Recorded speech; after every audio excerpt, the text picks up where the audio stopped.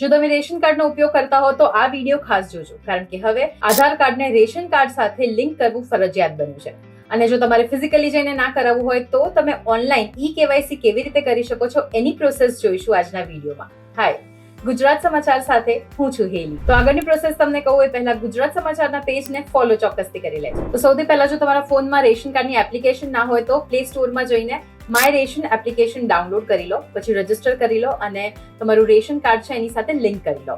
પછી ફરીથી બહાર જઈને લોગિન કરવાની પ્રોસેસ કરવાની રહેશે. હવે આધાર ઈ-કેવાયસી ઉપર ક્લિક કરો અને સૌથી પહેલા ફેસ રિકોગ્નાઇઝેશન માટે આ એપ્લિકેશન તમારે ડાઉનલોડ કરવી પડશે. તો એની પર ક્લિક કરશો એટલે એપ્લિકેશન ડાઉનલોડ થઈ જશે. હવે બધું વાંચીને અહીંયા નીચે વિગતો મેળવો એની ઉપર ક્લિક કરો. રેશન નંબર અને કેપ્ચા એન્ટર કરી લો. હવે કાર્ડના સભ્યોની વિગતો મેળવો એની ઉપર ક્લિક કરીશું અને પછી જેમનું પણ ઈ-કેવાયસી થયેલું છે એમના નામ અહીંયા આવી જશે અને જેમનું બાકી છે એના માટે અહીંયા ક્લિક કરીશું. સભ્યો પસંદ કરો ઉપર ક્લિક કરીશું. પછી અહીંયા ક્લિક કરી સંમતિ પત્ર પર ક્લિક કરી ઓટીપી જનરેટ કરીશું. હવે વેરીફાઈ કરશો એટલે આધાર ફેસ આઈડી એપ ખુલી જશે અને પ્રોસેસ કરીશું. પછી તમે આમ બ્લિંક કરીને તમારો ફેસ જે છે એ વેરીફાઈ કરી લો. આટલું કરશો એટલે આધાર અકોર્ડિંગ તમને બધી વિગતો દેખાશે. પછી મંજૂરી માટે વિગતો મોકલો એના પર ક્લિક કરવાનું છે. તો બસ આટલું કરશો એટલે તમારું રેશન કાર્ડ આધાર કાર્ડની સાથે લિંક થઈ જશે આફ્ટર અપ્રુવલ.